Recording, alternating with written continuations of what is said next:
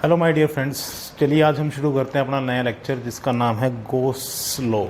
गोस law actually electrostatics के अंदर काफ़ी इम्पोर्टेंट एक लॉ है और अक्सर कन्फ्यूज़न का पॉइंट रहता है कि गोस लॉ एक्चुअली है क्या। तो सबसे पहली चीज़ तो ये है कि जो भी नए जैसे +2 में बच्चा आता है तो उसके लिए बहुत सारी दुनिया एक अलग अलग टाइप की +1 के बाद ही एक्चुअली फिज़िक्स के अंदर नए नए कारनामे होने शुरू हो जाते हैं। लेकिन फिर भी कई बार क्या होता है कि कुछ चीज़ें ऐसी होती हैं जिनकी फ़िलोसफी थोड़ी सी अलग होती है। तो इस चीज़ को ध्यान में रखते हुए अगर हम लोग स्टेप बाय स्टेप, क्योंकि यहाँ से फिज़िक्स का कुछ थोड़ा सा कॉम्प्लिकेटेड एरिया शुरू होगा, गोस लॉ को ध्यान से धीरे धीरे स्टेप बाय स्टेप छोटी छोटी चीज़ों के साथ करने की कोशिश करते हैं कि एक्चुअल में हो क्या रहा है। ठीक है, तो सबसे पहले गोस लॉ के अंदर हमें एक गॉसियन सरफेस के बारे में पता होना चाहिए। ये अक्सर एक टर्म आती है गॉसियन सरफेस को। ये सरफेस सबसे पहली चीज़ तो हाइपोथेटिकल है। हाइपोथेटिकली मीन्स कि आपकी इमेजिनरी आपने एक सरफेस सोच लिया है, ये किसी भी शेप का हो सकता है, एनी शेप। मतलब इसकी प्रॉपर्टी अगर देखें तो ये एनी शेप, किसी भी शेप का आप इमेजिन कर सकते हो। दूसरा क्लोज होता है। अभी क्लोज सरफेस का मीनिंग क्या है? क्लोज सरफेस का मीनिंग एक्चुअली कुछ ऐसा है कि आपके पास एक क्लियर डिस्टिंक्शन हो जाए कि क्या चीज़ अंदर है, क्या चीज़ बाहर है और क्या चीज़ सरफेस के ऊपर है। ये तीन चीज़ें मैटर करती हैं। ठीक है, फॉर एग्जांपल हम यहाँ पर चार्ज की बात करेंगे तो जब भी हम मान लीजिए डिस्ट्रीब्यूशन है चार्जेस का, ये अलग अलग टाइप के हमने सितारे बना लिए चार्जेस के, तो इसमें अगर हमसे पूछता है कि क्लोज सरफेस, मैंने इमेजिनली सोच लिया कि ये एक क्लोज सरफेस है। अब क्लोज सरफेस के अंदर मुझे पता है कि ये दो चार्जेस तो हैं जो क्या है सरफेस के विद इन है, ये तीनों चार्जेस सरफेस के बाहर हैं और सरफेस के ऊपर मतलब ऑन सरफेस कोई चार्ज नहीं है। ठीक है, अभी हाल फिलहाल या रख भी सकते हैं, कोई भी ऐसी बात नहीं है। ठीक है, तो हमारे पास लेकिन स्ट्रिक्टली आपको फॉलो करना है, चार्ज कुछ इनसाइड रखना है, कुछ बाहर रखना है, सरफेस के ऊपर चार्ज को नहीं कंसिडर करना है अभी के लिए। ठीक है, हमें सिर्फ इससे आगे नहीं जाना इसमें। तो अभी यहाँ पर बात आ गई इतनी कि क्लोज सरफेस है और किसी भी शेप का आप इमेजिन कर सकते हो, मगर किस शेप का इमेजिन करना चाहिए ये चीज़ आप धीरे धीरे सीखेंगे। सिमेट्रिकल एक हम लोग सरफेस की इमेजिनेशन लेकर के चलेंगे, जो हम धीरे धीरे करके सीखेंगे कि क्या सिमेट्री है। गोस लॉ बेसिकली कूलम्स लॉ से एक जगह पर अच्छा है, जहाँ पर सिमेट्रिकल सिचुएशन अगर हमारे पास है, ज्योमेट्री सिमेट्रिकल ज्योमेट्री अगर हमारे पास है तो हम लोग वहाँ पर इलेक्ट्रिक फील्ड वगैरह आसानी से निकाल सकते हैं इस लॉ का इस्तेमाल करके, अगर हमें बशर्ते ये पता हो कि चार्जेस उस पर्टिकुलर क्लोज सरफेस के अंदर है कितना। ठीक है, तो इसके लिए हमें फ्लक्स की ज़रूरत थी, जो हमने पिछले लास्ट लेक्चर में हल्का फुल्का डिस्कस किया। अगर कोई प्रॉब्लम है तो आप कमेंट या किसी भी तरीके से जो भी आपको यहाँ से सूटेबल लगे आप उसको कन्वे कर सकते हो कि फ्लक्स के उसमें इशू है। तो अभी हम गोस लॉ के अंदर आगे बढ़ते हैं थोड़ा सा। क्या है गोस लॉ? बेसिकली क्या है कि हमें अगर कोई भी सरफेस दिया हुआ है, हमने जो सोचा है, मतलब हाइपोथेटिकल दिया इन द सेंस के मैंने सोचा किसी सरफेस को, उसके ऊपर ऑन दैट सरफेस हमें इलेक्ट्रिक फील्ड निकालने में मदद करता है। हमें क्या मदद करता है? इलेक्ट्रिक फील्ड की कैलकुलेशन करने में बहुत ही ईज देता है बहुत सारी सिचुएशंस में। ठीक है, ऑन दी सरफेस क्या, हमें उस सरफेस के ऊपर पहुंचना है कि हाँ यहाँ से कितना इलेक्ट्रिक फील्ड निकल रहा होगा। ठीक है, इसके लिए मैंने कहा कि आपको फ्लक्स की ज़रूरत थी सबसे पहले। तो फ्लक्स की ज़रूरत में हम सबसे पहले एक चीज़ पर शायद उस दिन पहुंच गए थे कि फ्लक्स जो है नेट वो कितना है, phi is equal to close integral of E dot D S. ठीक है जी, हम यहाँ पर पहुँच चुके थे उस दिन। क्लोज इंटीग्रल ऑफ क्लोज क्या है, वही गॉसियन सरफेस क्लोज सरफेस है। अब क्लोज सरफेस के अंदर बात कर सकते हैं। क्लोज सरफेस ऐसे सरफेसेस होते हैं जिसका एक जिसकी बाउंड्री के एक बाहर की दुनिया है, एक उसकी बाउंड्री के अंदर की दुनिया है। वहाँ कोई लीकेज नहीं है बाहर की दुनिया से। आप बता सकते हो कि वो बिल्कुल अलग है यहाँ से। हमारा उससे कोई रिलेशन नहीं है, और ठीक उसी तरीके से बाहर की दुनिया अलग है, उसका अंदर वालों से कोई रिलेशन नहीं है। तो इस तरीके से आप कोई भी चीज़ इमेजिन कर सकते हो। मान लीजिए आपने फुटबॉल ले ली, फुटबॉल के अंदर की जो हवा है उसका बाहर से कोई, अगर मैं उस जहाँ से हवा फिल की जाती है उसको अवॉइड कर दूँ, उसको ही ब्लॉक कर दूँ, तो एक पूरा क्लोज सरफेस हो गया जिसके अंदर का पोर्शन अलग है और दुनिया उसके बाहर की वो अलग है। तो इस तरीके से हम क्लोज सरफेसेस बहुत सारे इमेजिन कर सकते हैं। ठीक है, तो हमारे पास ये सबसे पहली चीज़, ये हमने पिछले लेक्चर में शायद कर ली थी कि ये क्लोज सरफेस है, उसका आप इंटीग्रल कर दीजिए क्या, टुकड़ों में। इंटीग्रेशन के ऊपर भी एक स्पेशल लेक्चर में लेके आ रहा हूँ। मुझे बहुत ही ऐसा लगता है कि इंट्यूटिवली अगर इंटीग्रेशन के बारे में पता हो कि इंटीग्रेशन बेसिकली काम कैसे करता है, तो शायद बहुत सी चीज़ों में आपको कन्फ्यूज़न नहीं रहेगी कि मैं इसको अप्लाई कर सकता हूँ यहाँ पर या नहीं कर सकता हूँ। ठीक है, तो पहली बात तो इससे रिलेटेड गॉसियन सरफेस से रिलेटेड ये चीज़ होगी कि गॉसियन सरफेस कहते किसको हैं। ये एक हाइपोथेटिकल भी लिख देता हूँ। अगर आप सर ये एनी शेप हाइपोथेटिकल मतलब इमेजिनरी थेटिकल, इंग्लिश शायद स्पेलिंग सही होगी, हाइपोथेटिकल। ठीक है, ये किसी भी शेप का आप इसको ले सकते हो। ठीक है, अब आपको सिर्फ और सिर्फ एक चीज़ देखनी है ध्यान से। हमें पता लग गया कि फ्लक्स की डेफिनेशन के अकॉर्डिंगली किसी भी क्लोज सरफेस के पहली चीज़ हमें पता लग गई है कि एक तो फ्लक्स मैं निकाल सकता हूँ किस तरीके से। क्लोज सरफेस लिया मैंने, उसका इंटीग्रेशन कर दिया है E.ds। ठीक है, ds भी एक वेक्टर क्वांटिटी है। कैसी वेक्टर क्वांटिटी है? इसका एरिया का जो वेक्टर होता है वो क्या होता है, to the normal of the surface. ठीक है, ये आपको पता लग गया होगा ई का आपको। अब सबसे इम्पोर्टेंट चीज़ यहाँ पर ये आती है कि इसके बाद नेक्स्ट क्या।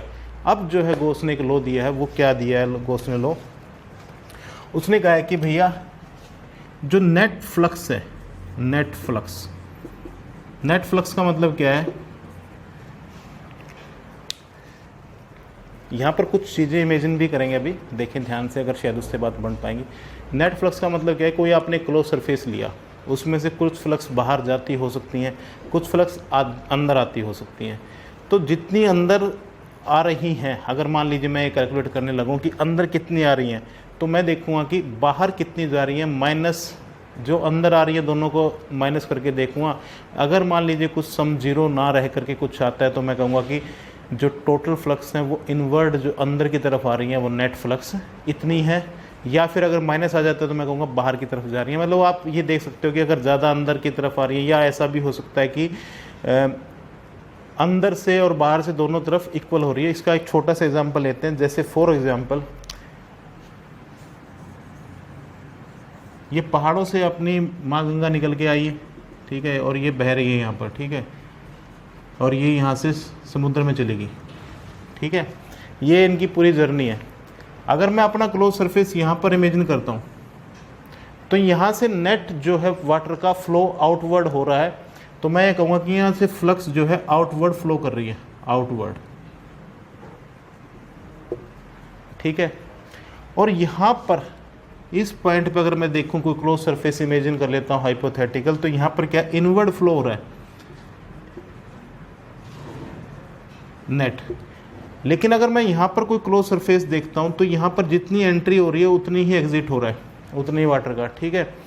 तो इस तरीके के सरफेस में नेट फ्लक्स कितनी रहेगी आपकी, वो शून्य यानी कि ज़ीरो हो जाएगी। तो नेट फ्लक्स जो है आपकी क्या है, यहाँ पर ज़ीरो है, यहाँ पर इनवर्ड आ रही है, यहाँ पर आउटवर्ड आ रही है। आउटवर्ड को अब इसके बाद एक छोटी चीज़ देखते हैं। जैसे ही आपको लगे कि यार यहाँ से तो फ्लक्स बाहर की तरफ आ रही हैं, बाहर की तरफ मतलब क्या, बाहर की तरफ अगर आ रही हैं तो किस तरीके का चार्ज अंदर होना चाहिए। मुद्दा ये आता है कि किस तरीके का चार्ज अंदर होना चाहिए। अगर मैंने कहा था कि आपको हमेशा एक पॉजिटिव टेस्ट चार्ज रखना है, तो यहाँ पर आप इमेजिन कर पाओगे कि अच्छा बाहर की तरफ फ्लक्स अगर आ रही हैं भैया, तो इसका मतलब है कि इसके अंदर अगर मैं पॉजिटिव चार्ज डाल दूंगा तो वो बाहर उड़ता हुआ आएगा, इसका मतलब है अंदर क्या है, पॉजिटिव चार्ज, क्योंकि उसको रिपेल कर रहा है। तो आउटवर्ड फ्लो के लिए आप ये कहोगे कि इस गॉसियन सरफेस को जो मैं सोच रहा हूँ दिमाग में, उसके अंदर नेट जो चार्ज रखा हुआ है वो क्या है, आपका पॉजिटिव चार्ज है, ठीक है।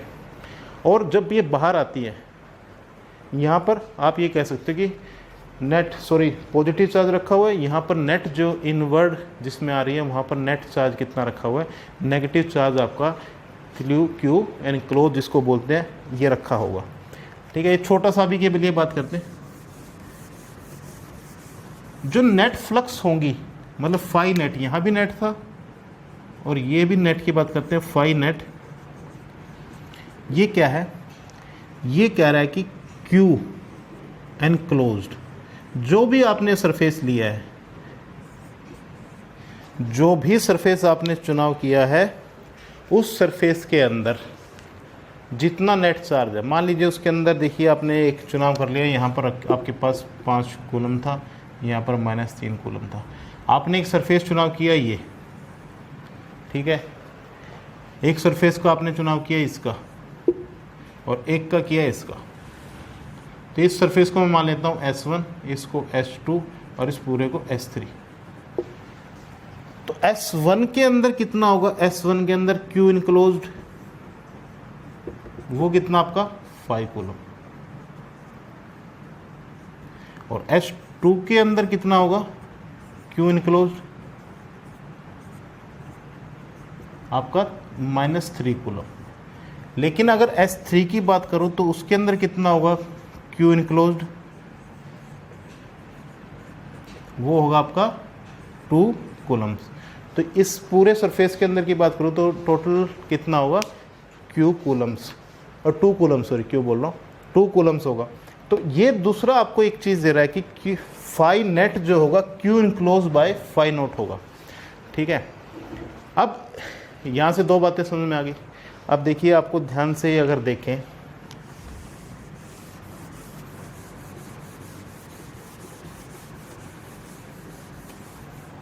अगर आपको Q इनक्लोज पता है और इन दोनों को इक्वेट कर दे, इन दोनों को इक्वेट करें, फ्लक्स का काम यहाँ खत्म हो गया। देखिए सर, फ्लक्स का एक कॉन्सेप्ट जो था समझाने के लिए वो ये था कि हम लोग इसको अप्लाई कैसे कर रहे हैं। एक्चुअली क्या है कि गॉस का जो लॉ है वो सिर्फ इलेक्ट्रोस्टैटिक के लिए ही नहीं और अलग तरीके के कई फ्लूइड फ्लो के लिए भी काफ़ी अच्छे ढंग से एप्लीकेबल है। ठीक है, तो यहाँ पर इशू आता है, यहाँ पर हम लोग क्या देख रहे थे कि हमारा काम फ्लक्स का यहाँ ख़त्म हो गया है, हमने क्या करना है इन दोनों को इक्वेट करना। हम इंटरेस्टेड किस चीज़ में, इलेक्ट्रिक फील्ड में, कहाँ पर, सरफेस के ऊपर, किस सरफेस के ऊपर, जो गॉसियन सरफेस है जो हमने हाइपोथेटिकल सोचा है। आपको पता करना है कि इस पर्टिकुलर पॉइंट पे कितना इलेक्ट्रिक फील्ड होगा।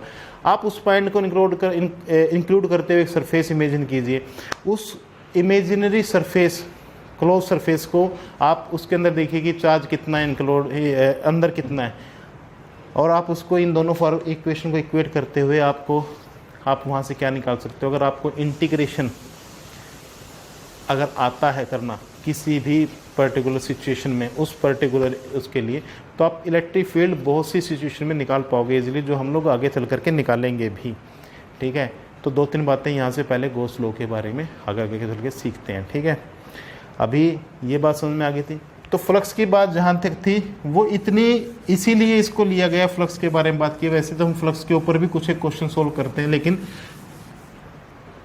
हमने फ्लक्स का यूज़ किया कहाँ, इन दोनों को इक्वेट कर दिया। अब बात करते हैं इससे आगे चल करके किस चीज़ पे, कि गॉस लॉ की प्रॉपर्टीज़ क्या क्या है। ठीक है जी, यहाँ से एक आपने पॉजिटिव चार्ज लिया, ठीक है जी, इसमें से ये इलेक्ट्रिक फील्ड लाइंस निकल रही हैं, ये फ्लक्स बह रहा है इसमें से। ठीक है, आपने एक सरफेस लिया, ये इस सरफेस में क्या है कि आउटवर्ड फ्लो हो रहा है। ठीक है जी, आउटवर्ड फ्लो हो रहा है इसमें से, तो मैं क्या कहूँगा कि इसमें क्या है कि मुझे पता करना है कि कितना इलेक्ट्रिक फील्ड है। अगर मुझे Q इनक्लोज पता है और ये जो सरफेस मैंने अगर अकॉर्डिंगली, मैं इसके अकॉर्डिंगली चुनाव कर रहा हूँ, कुछ भी आगे चल के क्वेश्चन करेंगे तो मैं इजीली निकाल सकता हूँ कि इलेक्ट्रिक फील्ड कितना होगा किसी पर्टिकुलर पॉइंट पे, अगर मुझे चार्ज Q इनक्लोज पता है। ठीक है, पहली बात ये, यहाँ से आउटवर्ड आ रहा है तो मैं बता सकता हूँ कि हाँ यार यहाँ पर क्या है, पॉजिटिव चार्ज है। दूसरा फिर से बात ये थी कि यहाँ पर एक सरफेस लिया, उसमें एक जितनी फ्लक्स एंटर कर रही है उतनी फ्लक्स आउटवर्ड भी जा रही है, तो यहाँ पर नेट जो चार्ज इंक्लूड होगा वो 0 होगा। ठीक है ना, और अभी हम यहाँ से इस पिक्चर के अंदर पर्टिकुलर देख पा रहे हैं कि यहाँ पर कोई चार्ज ही नहीं है, ठीक है जी। तो इसलिए यहाँ पर जो होगा नेट जो फ्लक्स अगर जीरो है तो इसका मतलब समझ लीजिए कि वहाँ पर नेट जो टोटल चार्ज इनक्लोज्ड है वो जीरो है। थोड़ा सा और इसके लिए एग्जांपल लेते हैं। मान लीजिए यहाँ से एक सोर्स है वाटर का, वहाँ से पानी निकल रहा है, और यहाँ पर एक होल है वाटर का जिसमें पानी जा रहा है, ठीक है।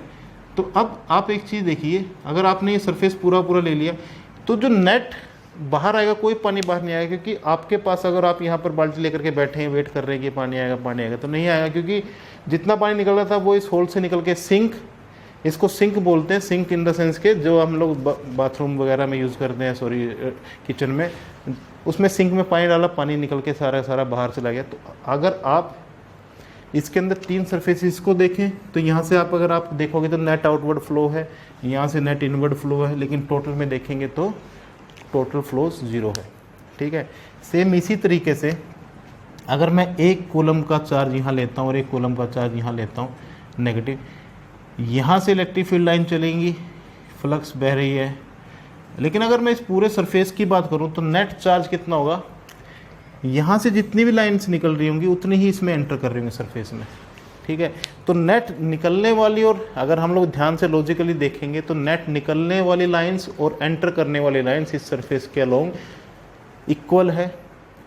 दोनों को सम करेंगे, क्योंकि मैंने आपको कहा था कि फ्लक्स जो है वो क्या है, स्केलर क्वांटिटी है, और इसको जब हम ऐड करेंगे तो हमारे पास क्या निकल करके आएगा, नेट फ्लक्स की क्वांटिटी ज़ीरो निकल करके आएगी। इसका मीनिंग क्या कर सकते हैं कि चार्ज इनक्लोज जो है वो नेट चार्ज जो है वो है ज़ीरो।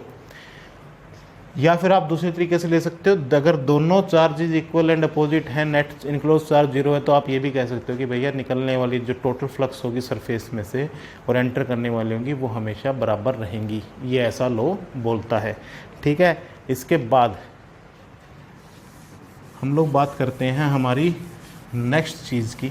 एक छोटा सा पॉइंट है इसके अंदर, उसके बाद ध्यान से देखते हैं।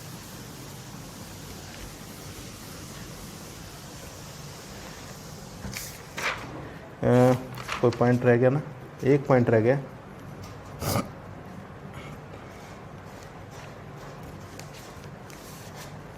अच्छा, एक चीज़ हो रहा है, मान लीजिए आपका एक चार्ज रखा है यहाँ पर प्लस क्यू, एक चार्ज रखा है 2Q, एक रखा है 3Q,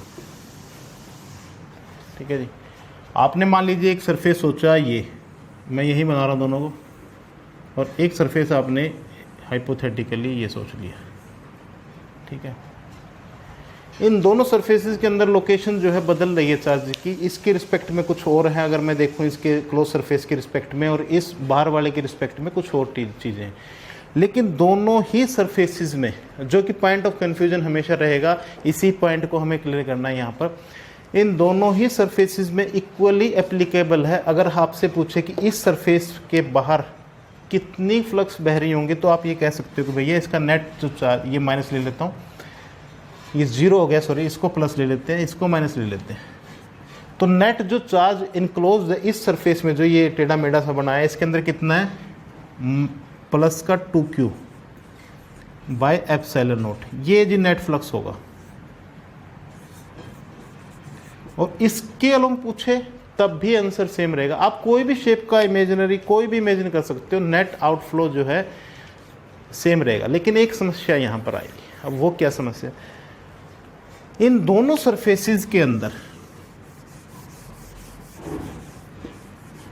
आप चीज ध्यान दीजिएगा,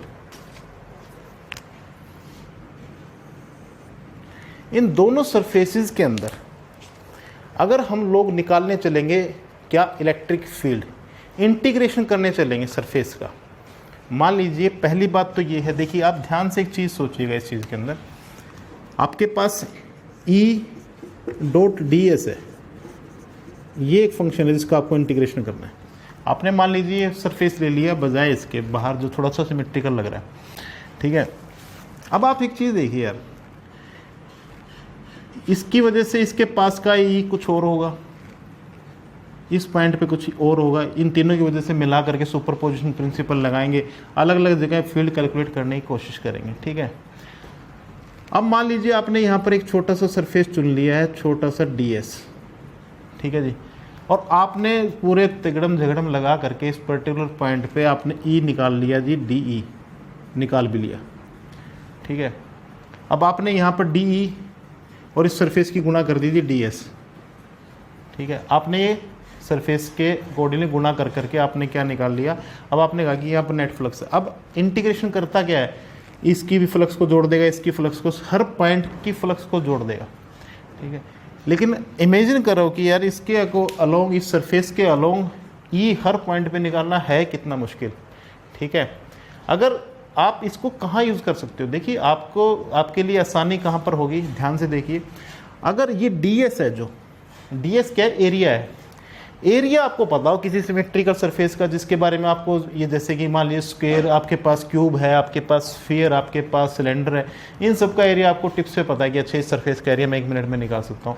और भी मैथमेटिक्स के अंदर बहुत सारे हैं जो कि हम लोग इंटीग्रेशन के अंदर सीखते हैं कि इस तरीके के एरिया कैसे निकालने, इस तरीके के एरिया। या फिर आपकी हेल्प क्या कर दे, आपको प्लेट में रख करके ऐसे दे दिया जाए कि अच्छा ये फंक्शन है भाई, ठीक है ना, इलेक्ट्रिक फील्ड भी फंक्शन दे दिया जाए, एक्स वाई का कुछ भी चीज़ है, वो एक एडवांस मैथ की बात होगी। अभी हम लोग यहाँ बात करें, हम इसको यूज़ करेंगे कहाँ, हम इसको यूज़ करेंगे जहाँ पर एक तो ई कांस्टेंट हो थ्रू आउट द सरफेस, जिस सरफेस पे हमें इलेक्ट्रिक फील्ड निकालना है। यहाँ पर कांस्टेंट नहीं है सरफेस पे, कहीं पर कुछ है इलेक्ट्रिक फील्ड, कहीं पर कुछ है, कहीं पर कुछ है। तो अगर हम लोग अक्सर देखेंगे क्या, ये एक पॉइंट लिया, इसके आसपास हमने ये फील्ड, एक इमेजिनरी हाइपोथेटिकल सरफेस का चुनाव किया है। अब हमें पता है कि यार इस पॉइंट से हर एक पॉइंट जो इस स्फीयर का है इक्वल डिस्टेंस पे है, तो इस पॉइंट की वजह से जो भी इलेक्ट्रिक फील्ड होगा इस सरफेस के ऊपर वो क्या होगा, सेम होगा। तो क्या होता है उस चीज़ की वजह से, हम इस ई को इंटीग्रेशन से बाहर निकाल पाएंगे, ठीक है। हमें इलेक्ट्रिक फील्ड पता लग गया कि भाई हर जगह सेम होगा, ई होगा वो हर जगह, ठीक है। और सरफेस का इंटीग्रेशन करना हमें, अब हमें इसका भी सरफेस का इंटीग्रेशन नहीं पता कितना होता है, और सॉरी सरफेस का इंटीग्रेशन क्या मतलब एरिया पूरा पूरा निकालना है, इसका एरिया भी हमें पता है। तो हम लिख सकते हैं कि ई 4 पाई आर स्क्वायर, ऐसा करके हम लोग लिख देंगे इसको, ठीक है, is equal to Q by epsilon naught होता ही है। तो इस तरीके से हम लोग चलो बाद में निकाल लेंगे इसको, लेकिन अभी हाल फिलहाल ये बता रहा था कि मैं आपको कि सरफेस आप कुछ भी चुनाव कर लीजिए, गोस लॉ की एप्लीकेशन तभी वैलिड, मतलब आप इजीली कर पाएंगे। वैसे तो हर जगह अप्लाई कर सकते हैं आप इसको। आपने गोस लॉ कहा कि हाँ ठीक है भैया आप इसको जमा करके लेके आइए, अगर आपको ऐसा लगता है तो पॉसिबल नहीं है हर सिचुएशन में। आप कहाँ करोगे, जहाँ सिमेट्रिकल सिचुएशन, जहाँ आपको लगे कि अच्छा एक ऐसा सरफेस का चुनाव करते हैं जहाँ के सरफेस के पूरे सरफेस पे मैं ये गारंटी से कह सकता हूँ कि इस पूरे सरफेस पे ई सेम रहेगा। और दूसरा पॉइंट, पहला ये हो गया ई सेम रहना चाहिए, ई इजी करने के लिए। दूसरा पॉइंट आपके पास ये होना चाहिए कि क्या मैं फिर इस ds को कैलकुलेट कर सकता हूँ।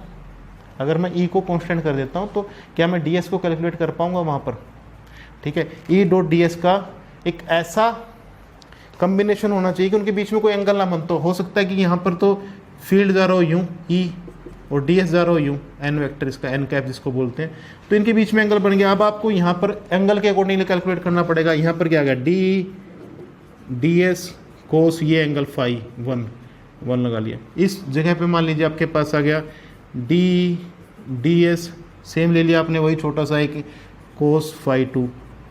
ऐसे करके आप हर जगह नहीं निकाल सकते हो। तो इस चीज़ को प्रैक्टिकलिटी के अंदर थोड़ा सा अगर हम लोग समझेंगे तो आप आगे चलकर भी ऐसे बहुत सारे फॉर्मूले देखेंगे जिसके अंदर इशू क्या रहेगा, वो दिए तो यूनिवर्सल उसके लिए एम्पियर सर्किट और लॉ भी आगे आएगा, दिए तो वो यूनिवर्सल उसके लिए, मगर उनकी एप्लीकेशन लिमिटेड है, ठीक है ना। तो इसकी एप्लीकेशन भी लिमिटेड है।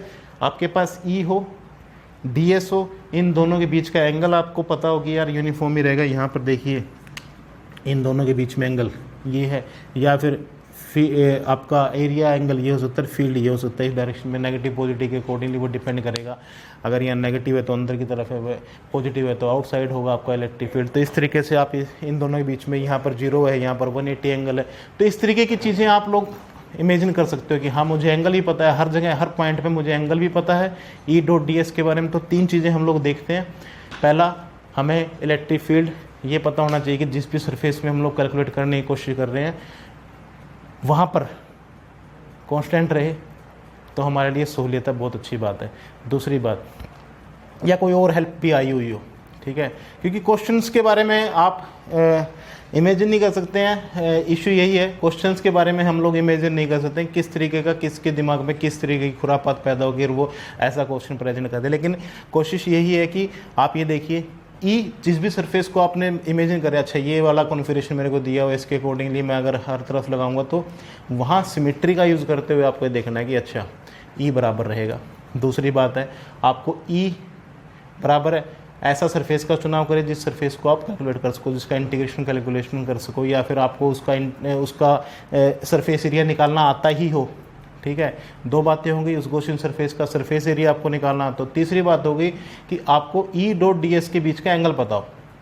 ऐसा ना हो कि आपको ई डॉट डी एस के बीच में एंगल पता है, ना पता है तो भी इशू आ सकता है। ठीक है ना, हर पॉइंट पे। तो हम लोग इसकी एप्लीकेशन भी आगे चलकर देखेंगे। तो यहाँ तक की थ्योरी में हमने कुछ चीज़ें सीखी हैं गॉस लॉ के बारे में। पहली बात तो देखिए, ये हर सिचुएशन में अप्लाई है, लेकिन हर सिचुएशन में आप इसको अप्लाई कर नहीं सकते, प्रैक्टिकल नहीं है। ठीक है, कुछ सिमेट्रिकल सिचुएशंस में रहेगा। दूसरी बात है, फ्लक्स ने क्या किया, फ्लक्स ने देखिए एक तरफ तो इलेक्ट्रिक फील्ड और एरिया वेक्टर को रिप्रेजेंट किया, दूसरी तरफ हमने फ्लक्स का इक्वेशन निकाला चार्ज इनक्लोज से। तो इन दोनों को जब हम इक्वेट करते हैं तो हमें कई बार ऐसी सिमेट्रिकल सिचुएशन मिल जाती है जिसमें हम लोग इजीली निकाल पाते हैं ई की वैल्यू। ठीक है, ऑन दी सरफेस, ये याद रखिए, on the surface Gaussian surface. हम गॉसियन सरफेस का चुनाव इस तरीके से करते हैं कि जहाँ भी हमें इलेक्ट्रिक फील्ड निकालना हो हम उसको इंक्लूड करते हैं, उसके अकॉर्डिंगली एक सरफेस बिल्ड करते हैं। ये बात सोचने वाली है, अब हम आगे करके भी देखेंगे क्योंकि एप्लीकेशन ऑफ गॉस लॉ है। तो मुझे यहाँ तक ये लगता है कि आप इस पर थोड़ा सा टाइम ध्यान से, अपनी कोई भी बुक जो भी आप स्टैंडर्ड फॉलो करते हैं उसको थोड़ा सा टाइम दीजिए, और उसके बाद आप ये चीज़ कोशिश करिए कि कोई कन्फ्यूज़न कहीं पर इससे रिलेटेड है। क्योंकि आप अगर इसको समझेंगे, देखिए क्या है कि गॉस ने बेसिकली ये एक बड़ा बेसिक सा प्रिंसिपल आपको दिया है कि अगर अंदर कुछ है, सोर्स है, तो वो बाहर कुछ ना कुछ एमिट कर रहा होगा। जैसे कि फॉर एग्जांपल गंगा माँ के पास जहाँ पर गौमुख है, वहाँ से ग्लेशियर है, वहाँ पर एक सोर्स है वाटर का जो पानी को बाहर की तरफ फेंक रहा है। तो आप यहाँ से बैठकर अंदाज़ा लगा सकते हो कि यार पानी बाहर आना चाहिए क्योंकि अंदर ये है। ठीक है ना, आपने नल चलाया है, आपने गुब्बारा भर दिए, आपने उसके, तो आपको पता है कि ये फूलेगा क्योंकि अंदर से नल चालू है। ठीक है, तो इस तरीके से अब कितना पानी बाहर आएगा, इसके लिए दो तरीके थे। एक तरीका ये था कि आपने कैलकुलेट किया कितना पानी बाहर आ रहा है, पहली बात तो ये। दूसरा गॉस ने दूसरा एक सिंपल सा फार्मूला एक और दिया। पहला तो आपने फ्लक्स कैलकुलेट की ई डॉट डी एस के अकॉर्डिंगली। दूसरा उसने कहा कि यार एक तरीका और भी तो हो सकता है कि कितना अंदर सोर्स एमिट कर रहा है, मतलब कितना फेंक रहा है पानी, उतना ही तो पानी बाहर आएगा। ठीक है ना, तो दोनों चीज़ों में से या तो आप कैलकुलेट कर लीजिए बाल्टी भर करके, या फिर आपको सोर्स की पावर पता हो तो दोनों चीज़ों को इक्वेट करके आप ये चीज़ निकाल सकते हो, जो कि क्या थी, इलेक्ट्रिक फील्ड इस केस में। आई होप कि मैंने थोड़ा बहुत एक एफर्ट डाला इसके समझने के लिए। कहाँ आप इसको अप्लाई करोगे, क्यों कर पाते हो या क्यों नहीं कर पाते हो, ये भी थोड़े से आंसर देने की कोशिश की है। बाकी क्या है कि ये जर्नी जो है बेसिकली 2 वे है। मेरे लिए भी बहुत सारी चीज़ें, आपके क्वेश्चन या रिमार्क्स ऐसे हो सकते हैं जिसमें आप मुझसे पूछो कि यार ये क्या होगा या इसको इस तरीके से कैसे देख सकते हैं। तो प्लीज़ मैं आपकी कमेंट्स का वेट करूँगा। और thank you very much for watching this. Thank you, फिर मिलते हैं नेक्स्ट लेक्चर में।